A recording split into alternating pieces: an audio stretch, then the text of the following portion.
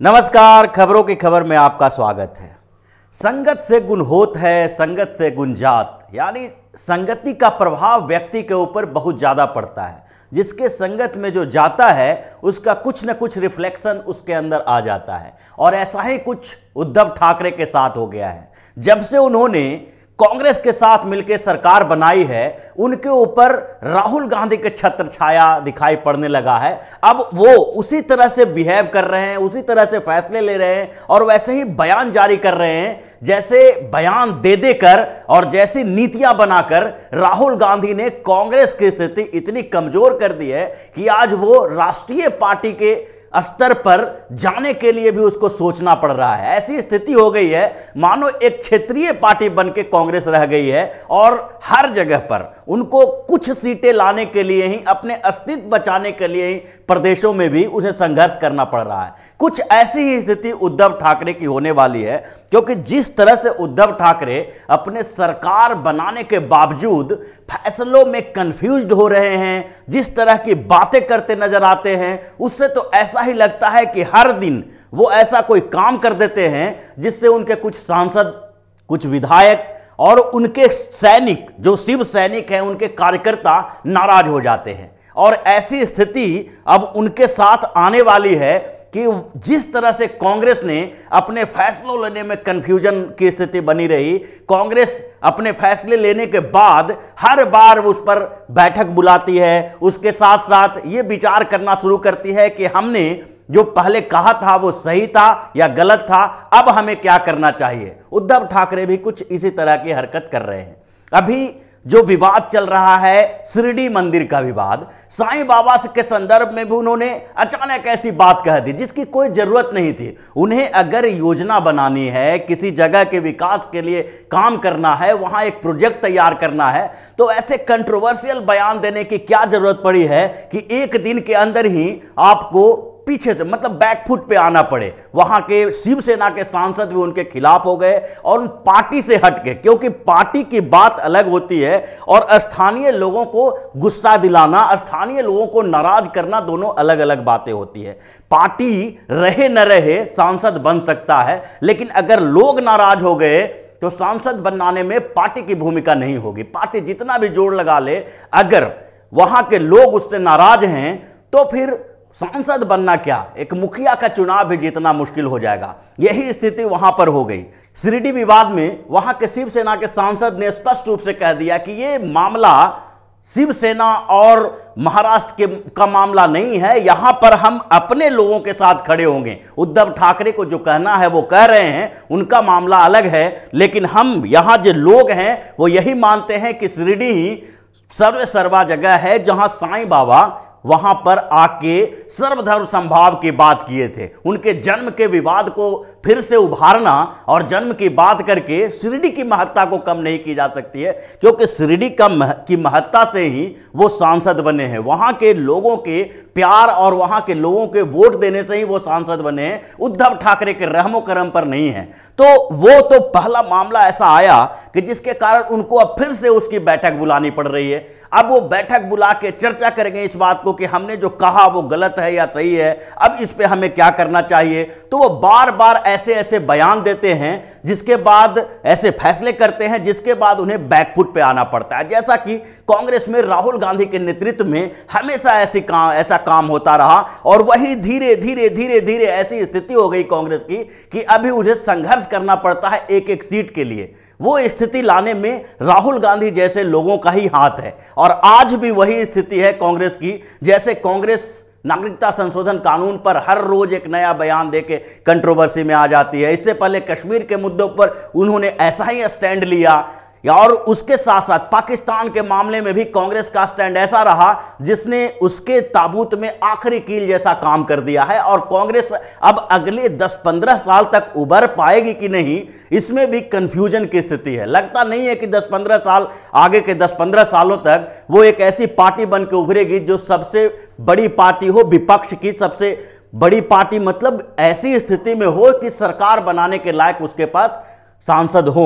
नहीं तो दूसरे छोटे छोटे पार्टियां हैं जो अपने अपने दावेदार पेश करने के फिराक में रहती है। तो ऐसी ही स्थिति उद्धव ठाकरे की अब हो गई है और उद्धव ठाकरे राहुल गांधी के रास्ते पर चल पड़े हैं। कुछ दिन पहले की बात देखिए, हर समय वो कांग्रेस के सामने नतमस्तक होते दिखते हैं, चाहे नागरिकता संशोधन कानून का मामला हो या उसके बाद एनआरसी का मामला हो या फिर दूसरे ऐसे कई फैसले उन्होंने किए हैं जिसके बाद कांग्रेस के दबाव में, उसके एनसीपी के दबाव में, इन लोगों के दबाव में आकर फिर से वो पलटी मार लेते हैं। तो ये स्थिति जो होती है वो शिवसेना के लिए बेइज्जती वाली स्थिति है। उनके विधायक और सांसद इस चीज को बर्दाश्त नहीं कर पा रहे हैं। इसी के कारण उद्धव ठाकरे की इज्जत जो है धीरे धीरे पार्टी के अंदर ही घटती जा रही है और उद्धव ठाकरे की औकात अब ऐसी होती जा रही है कि वहां पार्टी के अंदर कई गुट बन गए हैं और उन्हें लगातार अपनी बेइज्जती का सामना करना पड़ रहा है। अभी पृथ्वीराज चौहान ने भी, जो कांग्रेस के बड़े नेता हैं, उन्होंने इसी तरह से एक लाफड़ मारा है उद्धव ठाकरे के मुंह पे। उन्होंने ये खुलासा किया है कि उद्धव ठाकरे आज पहली बार सरकार बनाने के लिए नहीं कह रहे हैं। उद्धव ठाकरे ने 2014 में भी बोला था कि हम लोग मिलकर सरकार बना लें, जब भाजपा ने वहां सरकार बनाई थी और उद्धव ठाकरे उस समय समर्थन देने के लिए तैयार नहीं थे। तो ऐसे समय में उद्धव ठाकरे ने एक रणनीति बनाई थी और उस समय भी उन्होंने कहा था कि शिवसेना को एनसीपी और कांग्रेस का सहयोग से सरकार बनानी चाहिए। इसके लिए एनसीपी और शिवसेना दोनों तैयार बैठी हुई थी। जैसा कि चौहान साहब ने कहा है कि एनसीपी और शिवसेना दोनों की तरफ से यह ऑफर आया कि कांग्रेस को हमारे साथ सरकार बनानी चाहिए, लेकिन हमने तुरंत डायरेक्ट ही रिजेक्ट कर दिया इस प्रस्ताव को और कहा कि ऐसी सरकार हमें नहीं चाहिए। जीत हार एक बड़ी बात नहीं है, जीत हार होती रहती है, लेकिन हम विचारों के साथ समझौता नहीं कर सकते। और यह कह के उद्धव ठाकरे को एक बार फिर से बेइज्जत किया है पृथ्वीराज चौहान ने। उन्होंने बताया है कि हम ऐसे व्यक्ति के साथ समझौता करने वाले नहीं थे, लेकिन ये परिस्थितियां बदल गई है, इसलिए कुछ समय के लिए हम इनके साथ आ गए हैं। क्योंकि 2014 और 2019 के बीच उद्धव ठाकरे और शिवसेना के विचारधाराओं में बहुत ज्यादा बदलाव नहीं आया था। विचारधाराओं में बदलाव सरकार बनने के बाद आया है। सरकार बनने के बाद वो फिसलते चले गए और कई बार जो अपने पुराने एजेंडे हैं उसी को लेके वो कंफ्यूज हो गए और बार बार ऐसे बयान दिए जो शिवसेना के एजेंडे में नहीं था, शिवसेना के एजेंडे से अलग होकर काम करने लगे। तो उस समय की बात और अब की बात में इतना बड़ा अंतर नहीं हुआ था। फिर भी पृथ्वीराज चौहान ने यह बताया कि अगर उस समय हम सरकार बना लिए होते तो हमारे विचारधाराओं के साथ खिलवाड़ होता और इसके लिए इस बार भी हम तैयार नहीं थे। उन्होंने यह भी बताया कि जब पहली बार उद्धव ठाकरे और एनसीपी के लोगों ने सोनिया गांधी से संपर्क किया तो सोनिया गांधी ने तुरंत ही मना कर दिया। उन्होंने तो इस पर विचार करने से भी मना कर दिया था कि हम ऐसा क्यों कर सकते हैं और किस स्तर पर हम शिवसेना के साथ समझौता कर सकते हैं। लेकिन बाद में धीरे धीरे धीरे धीरे ये समझौता हुआ और बताया गया कि भाई भाजपा को दूर रखने के लिए शिवसेना के साथ आया जा सकता है। तो ये दोनों पार्टियां विचारधारा के स्तर पर ढुलमुल रवैये के साथ आगे बढ़ी है, जो सिर्फ सत्ता पाने के लिए एक साथ खड़ी हुई है। उन दोनों पार्टियों को एक तरह से नंगा कर दिया पृथ्वीराज चौहान ने, क्योंकि पृथ्वीराज चौहान जो हैं अभी कोई मंत्री पद नहीं लिए हुए हैं, उनको मंत्रिमंडल में जगह नहीं दी गई और वो इस बात को भी कह रहे हैं कि हम अजीत पवार, उद्धव ठाकरे, अशोक चौहान, इन लोगों के साथ रह के नीचे के मंत्री पद पर हम नहीं जा सकते थे और हमें कोई उप मुख्यमंत्री बनाने की बात हो नहीं रही थी। तो ऐसे में हमें मंत्री बनना या फिर राजनीति से एक तरह से संन्यास लेने की बात हमारे सामने एक प्रस्ताव रखा गया था, जैसा कि स्पीकर के लिए होता है कि स्पीकर बना दिया जाएगा। अब उन चीजों के कारण जो वो मंत्री नहीं बनाए गए, उसके बाद वो थोड़ा सा उनका रुख बदल गया था और ये जो बहुत ही आसान शब्दों में और बहुत मुस्कुराते हुए उन्होंने कांग्रेस और शिवसेना दोनों को एक ही बार में लपेट लिया। एक तरफ शिवसेना की बात कर दी उन्होंने कि शिवसेना और कांग्रेस के बीच जो समझौता 2014 में होने की बात हुई थी उसे हमने रिजेक्ट कर दिया था, आज हमने उसको स्वीकार कर लिया।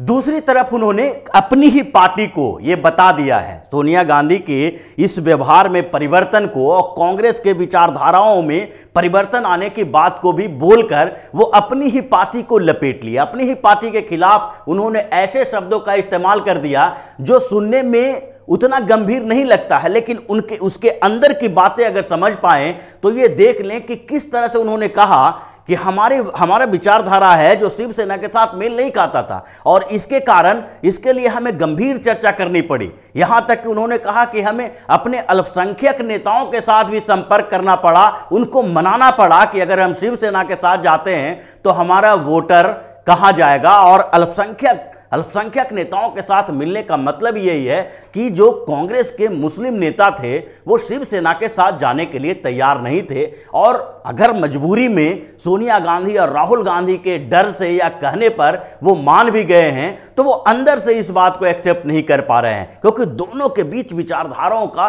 कोई मेल ही नहीं है। लेकिन दोनों के बीच एक जगह पर विचारधाराओं का मेल होता है, वो है विचारों के पतन के संदर्भ में। अगर विचारों के पतन की बात करें, विचारों से अलग होने की बात करें, तो दोनों पार्टी अब एक प्लेटफॉर्म पे आ गई है। दोनों पार्टियों में कोई बड़ा अंतर नहीं रहा है। दोनों ही सत्ता के लिए एक दूसरे के विपरीत विचारधारा वाले पार्टियों ने एक साथ मेल किया है। और पृथ्वीराज चौहान जो धीरे धीरे ये बता रहे हैं, धीरे धीरे कुछ ऐसी बातें करेंगे कि फिर कांग्रेस या फिर शिवसेना दोनों के लिए उसको एक्सेप्ट करना मुश्किल हो जाएगा, और पृथ्वीराज चौहान ही वो व्यक्ति बनेंगे जो उद्धव ठाकरे के सरकार के लिए अंतिम फैसला कर देंगे। वो धीरे धीरे उनकी जड़ें काटने में लगे हुए हैं। आज जिस तरह से उन्होंने बोला है, फिर बाद में भी कुछ बोलेंगे, और वो बोलेंगे लेकिन उसका परिणाम अलग होगा।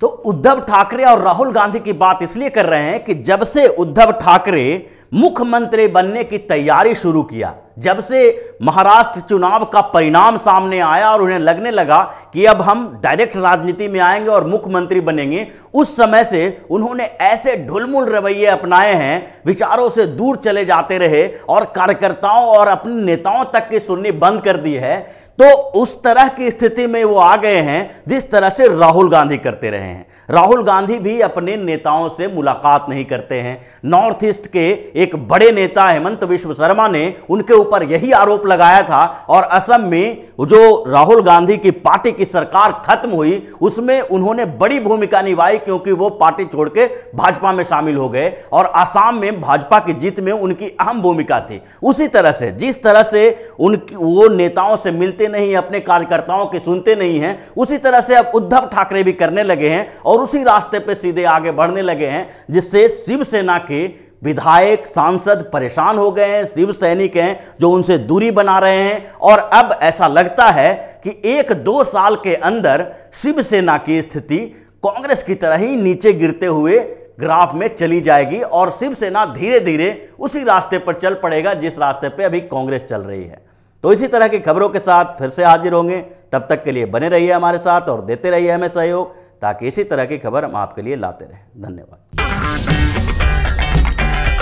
अगर आपको हमारा वीडियो पसंद आया हो तो इसे लाइक करें, हमारे चैनल को सब्सक्राइब करें, और हाँ, बेल आइकन दबाना ना भूलें, ताकि आप तक हमारे वीडियो की नोटिफिकेशन पहुंचती रहे। आप अपना सुझाव हमें कमेंट बॉक्स में दे सकते हैं। हमारे साथ जुड़ने के लिए शुक्रिया।